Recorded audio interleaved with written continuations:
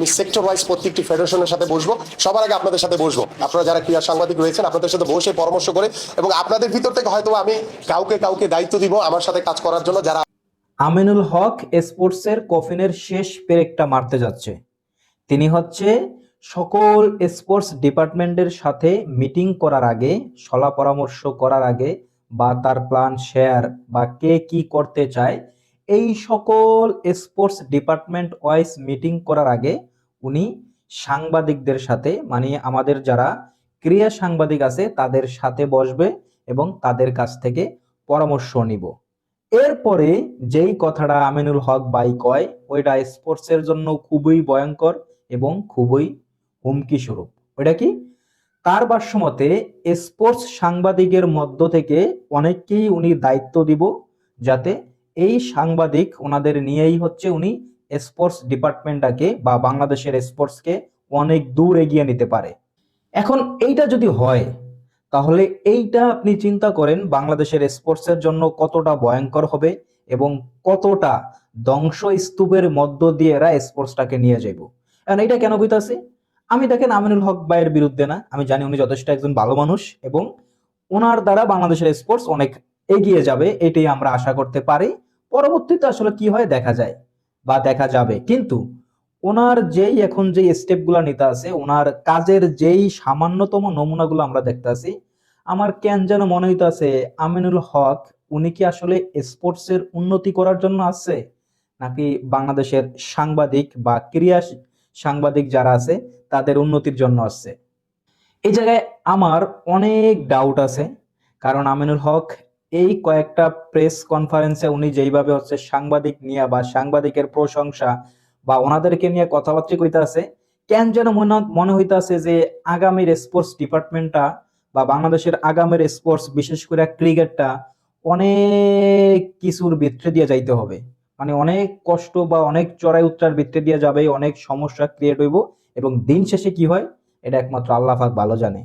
এখন দেখুন সাংবাদিকতা বা এই যে ক্রীড়া সাংবাদিক যারা আছে তাদের মধ্যে কারা সবচেয়ে টপে? টপ বলতে আমি বোঝাতে চাচ্ছি যারা আসলে সাংবাদিকতা করে বা নিয়মতন্ত্রের মধ্য দিয়ে তারা তাদের কাজ করে, তাদেরকে বাদ দিয়ে দেখুন সাংবাদিক নিয়ে আমার সামান্যতম সমস্যা নাই। যারা সাংবাদিকতা করে, যাদের কাজগুলা সঠিকভাবে সঠিক নিয়মের মধ্য থেকে করে, কিন্তু আমার সমস্যা তাদের নিয়ে যারা অপসাংবাদিকতা করে, যারা সাংবাদিক না, যারা পার্সোনাল কন্টেন্ট ক্রিয়েটর কিন্তু তারা তাদেরকে সাংবাদিক দাবি করে, তাদের নিয়ে সমস্যা। এখন তাদের মধ্যে সবচেয়ে টপে কে আছে?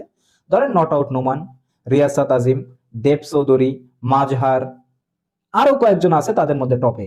এখন ধরেন আপনি রিয়াসাত আজিমকে হচ্ছে বিসিবির ডিরেক্টর বানাইলো আমিনুল হক, এরপরে ধরেন এই যে নট আউট নোমান, ওনারা হচ্ছে দায়িত্ব দিল হচ্ছে সিলেক্টরে, যে উনি হচ্ছে বাংলাদেশের টিম সিলেক্ট করব, গেল। ধরেন দেব চৌধুরীর দায়িত্ব দিল, দেব চৌধুরীর বললো যে আপনি ফাইন্যান্স ডিপার্টমেন্টটা সামলান, যেহেতু আপনাদের এম নাজমুল ইসলামকে নিয়ে সমস্যা। এখন ধরেন এদেরকে ভিন্ন ভিন্ন ডিপার্টমেন্টে দায়িত্ব দিল, এখন কি হইব আসলে খেলাটা? ধরেন রিয়াসাত আজিম প্রথম দিন যাইবো ডিরেক্টরের দায়িত্ব পালন করার জন্য, উনি একবার বাসাতেই বেরোইবো ফোনডালিয়া, যে হ্যালো বন্ধুরা, আমার আজকে ডিরেক্টর জবের বা ডিরেক্টর কোটার প্রথম ডিউটি, আমি যাচ্ছি, আপনারা আমার সাথেই থাকুন। এরপরে উনি দেখা যাবে যে বিসিবির ভিতরে গেল এবং ডিরেক্টর বা ডিরেক্টরদের যে জায়গা আছে ওই জায়গায় উনি গেল, ওনার চেয়ারে বসলো, ওই জায়গায় যায় আবার নতুন একটা কন্টেন্ট শুরু করে দিল। তো এইভাবেই চলতে থাকবো। এরপরে ধরেন যে নট আউট নোমান তো সিলেক্টর কোটায় দিল, ওই জায়গায় কি হইব, ওই যে প্রতিটা প্লেয়ারে কইবো যে তোমরা হচ্ছে একটা করে ভিডিও বার্তা দাও, এরপরে তোমাদেরকে আমি বিবেচনা করে দেখবো, আমার চ্যানেলে তোমাদের ভিডিও ছাড়া হইব, যারটার ভিউ সবচেয়ে বেশি হইব তারই হচ্ছে টিমে নেওয়া হইব। গেল এটা। এরপরে দেব চৌধুরীরে দিল কি ফাইন্যান্স ডিপার্টমেন্টে, ওইখানে দেব চৌধুরী কি করবো, ফাইন্যান্সের যতগুলা লেনদেন হয় সকলগুলা ভিডিও ডকুমেন্ট আকারে রাখবো, আমাদেরকে প্রতিটা সেকেন্ডে সেকেন্ডে আপডেট দিব যে হ্যালো বন্ধুরা, আজকে আমরা প্লেয়ারদেরকে এই 10 লক্ষ টাকা স্যালারি দিতে যাচ্ছি বা 10 কোটি টাকা স্যালারি দিতে যাচ্ছি, আপনারা আমাদের সাথেই থাকেন। এরপরে ধরেন যে লিটন দাসের হাতে 5 লাখ টাকা দিল, যে গাইস এই যে লিটন দাসের এখন 5 লাখ টাকা দিতে আসি, আপনারা সবাই সাক্ষী, আপনারা সবাই আমাদের সাথেই থাকুন। এরপরে দেখবেন যে বিসিবিটা এইভাবে চলতে থাকবো, দেখবেন যে চারোদিক থেকে খালি কন্টেন্ট আর কন্টেন্ট, ভিডিও আর ভিডিও। আমরা দেখবেন যে বিসিবির এমন কোনো তথ্য থাকবো না যেটা অনলাইনে থাকবো যেটা আমরা দেখতে পাবো। অবশ্যই এটা আমাদের জন্য ভালো, কারণ আমরা একটু হইলেও এগুলো দেখতে চাই। দিন শেষে যদি এগুলো নিয়মের বাইরে, তখন দেখবেন যে বিসিবিটা এইভাবে চলবো। আমিনুল হকের বিসিবি, তখন দেখবেন যে আমিনুল হক যখন হচ্ছে আবার বিসিবিতে ঢুকবো, এই 3 জন বা 4 জন যারা এই যে স্পোর্টস কোটায় যারা চাকরিগুলো পাইবো, তারা হচ্ছে সামনে দিয়ে যাইবো, 4টা ক্যামেরা ওপেন করবো, লাইভ লাইভ ক্যামেরা যাইবো, গাইস আজকে আমিনুল হক ভাই আমাদের বিসিবিতে আসছে, সবাই আমাদের সাথেই থাকুন, দেখি ভাই কি করে।